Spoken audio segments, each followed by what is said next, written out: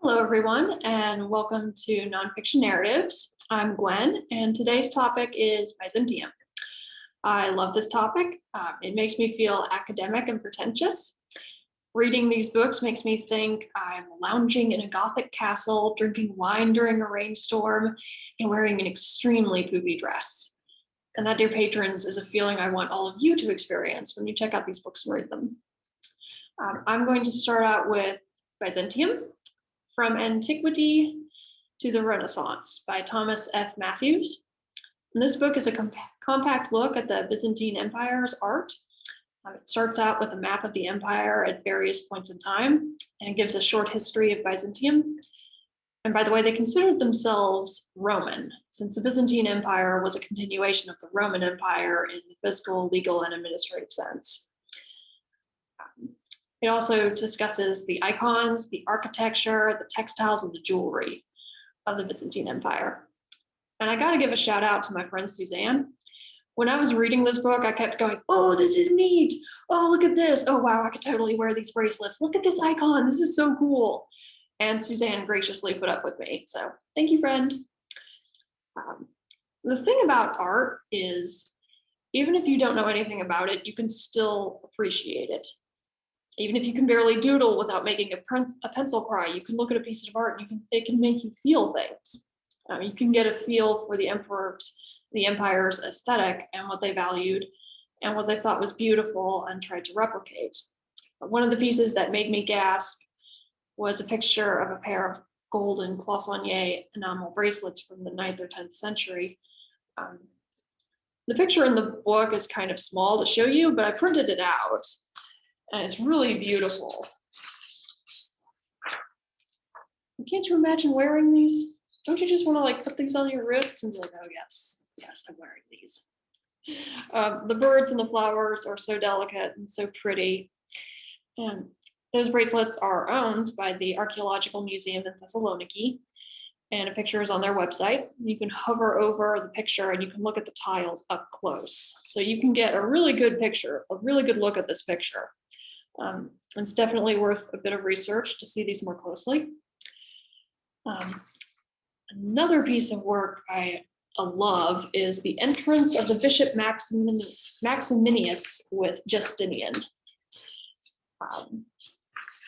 This is a great picture. I love the detail on this mosaic. I'm going to show it up close. This is a beautiful piece of art in the Basilica of San Vitale in Ravenna. It shows the opening procession of the Byzantine liturgy. The Emperor Justinian's interesting character that we will hear more about in a minute is very prominently featured, right in the middle with a halo. You can see him if you want to look again. On one side, he is flanked by the military. It's kind of hard to show this picture. On one side, he's flanked by the military. And on the other side, he's flanked by the clergy. So he's both the head of the church and state. You can see the details on his shoulder clasp and on his diadem. And if you look at the picture, he just looks so thrilled to be there. I think you can tell he's like, yeah, this is the best time of my life, y'all. A lot of this art is religious in nature. The Byzantines didn't know what the separation of church and state meant. So a lot of the religious art was created with public funds. This is a little weird from an American perspective, but it did provide some beautiful art for the pleasure of your eyeballs. Additionally, this book provides information on art from the secular and domestic side of life. It includes notes on architecture and landscaping, such as the Great Palace of Constantinople and its gardens, which are really pretty. It also talks about fashion. So Emperor Constantine VII distributed sacks of gold and cloaks to honor members of his court the week before Easter. So different colors distinguished different ranks. It's like gangland or something. This color-regulated distinction of rank can be seen in various portraits of other emperors. And this also included in domestic and secular art are caskets and some very lovely paintings of life and creatures from outside of imperial Constantinople. So you get a little more samples of rural life. And you can take a look at those, and those are really pretty and delicate.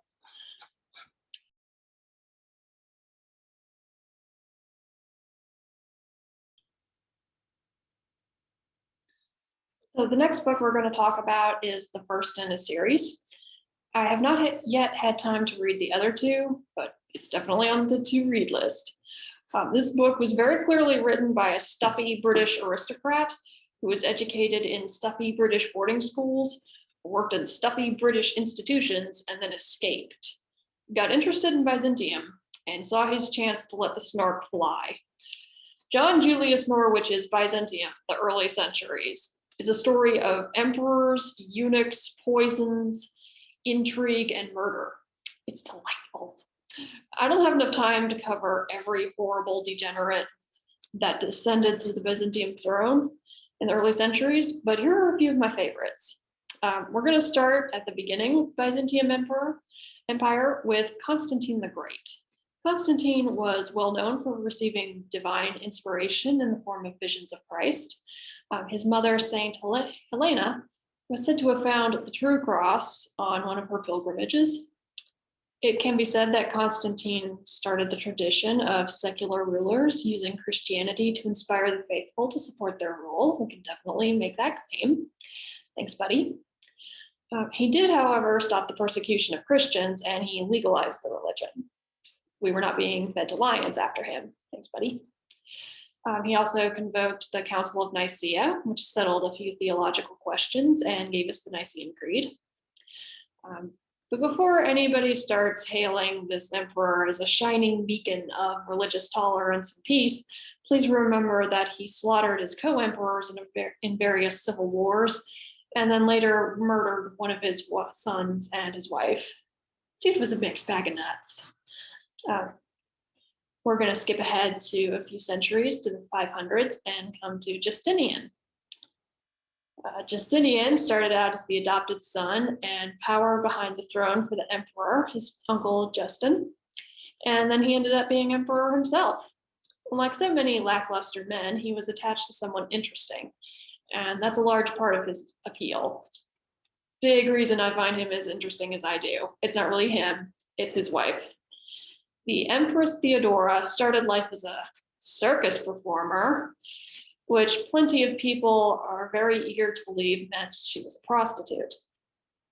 She moved up the ladder and met Justinian in her mid-30s. The marriage of the emperor to an actress of loose morals was a huge scandal, and I sincerely hope she enjoyed causing it. These crazy kids weathered the Nike Rebellion, when two warring factions united against them and their crummy human rights record. The rebellion started during the Hippodrome races. A crowd became a mob, and soon this mob was storming the palace. Justinian was in favor of running away with his tail between his legs, but Theodora said, nah. She gave an impassioned speech. May I myself never willingly shed my imperial robes, nor see the day when I am no longer addressed by my title, is one quote. The girl worked hard to get to the top, and she wasn't going to give it up without a fight. The Nike Rebellion was promptly put down by two of the emperor's best generals, with significant help from a eunuch. Theodora had the ringleaders executed and their bodies thrown into the sea. And she and Justinian enjoyed a long reign filled with great architecture and several human rights abuses. Another one of my favorite Byzantine emperors was Justinian II, called Rhinotometus. Rhinotometus had the dubious distinction of reigning twice. His first reign was between 685 to 695. He ascended the throne when he was about 16 and promptly started explaining why it's a terrible idea to have mentally unbalanced teenagers running the empire. Things started out okay, some were settling, taking control of the Balkans, stuff like that. And then he went to war against Arabic forces, massacred the Slavs in Bithynia, and started persecuting religious minorities. He convened a council to implement his religious policies and arrested Pope Sergius I. You will be shocked, absolutely shocked to learn that all of this, combined with his land policies that ticked off the aristocracies and the tax policies that ticked off the proletariat, made him very unpopular. Shocking, I know. In 695, he was overthrown and his nose was cut off. earning him the nickname Cutnose. He was sent to exile in the city of Cherson, where he promptly started plotting his revenge. This dude wasted no time. He got there, he was like, oh, time to think of a plan to take back my throne. Immediately. So he managed to marry himself to a sister of the highest ranking Khazar, or king, and spent some time strangling assassins with his bare hands, stealing a boat, and being very blunt about his plans to destroy his enemies. He started planning and he let everybody know he was planning. He did not keep a secret. Ugh. He teamed up with a Bulgar king, and one day in 705 appeared outside of the walls of Constantinople at the head of an army.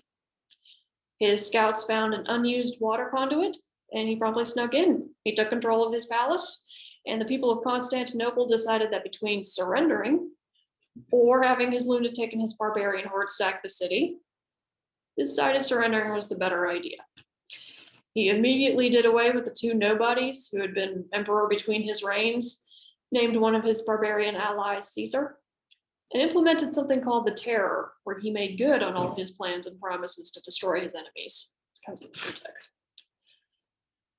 Armed with lunacy and a golden nasal prosthesis, Justinian II kicked off his second reign with wars, backstabbing his newly appointed Caesar. He also demanded that the Pope legitimize his religious convictions. This is totally the guy we want making decisions about religious doctrine. The Pope at the time was very pathetic and compromised with Cutnose and gave him communion. We had lax standards back in the day. All this crazy came to an end in 711. The citizens rebelled against him and his forces deserted him in support of the city. Cutnose sent a general to lay waste to the city, but when the general came to make terms with Khazar troops who came to the city of Cherson's defense, he knew he couldn't get back to the emperor. So the general switched sides and acknowledged that Byzantium had someone new in charge, as you do. Justinian II was arrested, and this time they didn't bother to cut anything off. They just straight up beheaded the guy. His son was horribly murdered, and his line was ended. His corpse was flung into the sea, and good riddance. I really wish I could go through all of the interesting people in this book. I haven't even touched on Leo the Iconoclast or Constantine Compromnimus, a simultaneously debauched lifestyle and religious shenanigans. There's just so much juicy murder, terrible lack of foresight, backstabbing, and side switching going on in the Byzantine Empire. These people were banana pants, and it is so much fun to read about them. I am legit excited to read the next volumes in the series. And I really want you guys to get excited about it too. Please come pick them up. So once again, these books are Byzantium, From Antiquity to the Renaissance by Thomas F. Matthews, and John Julius Norwich's Byzantium, the early centuries. And you can find them both at Spartanburg County Public Libraries.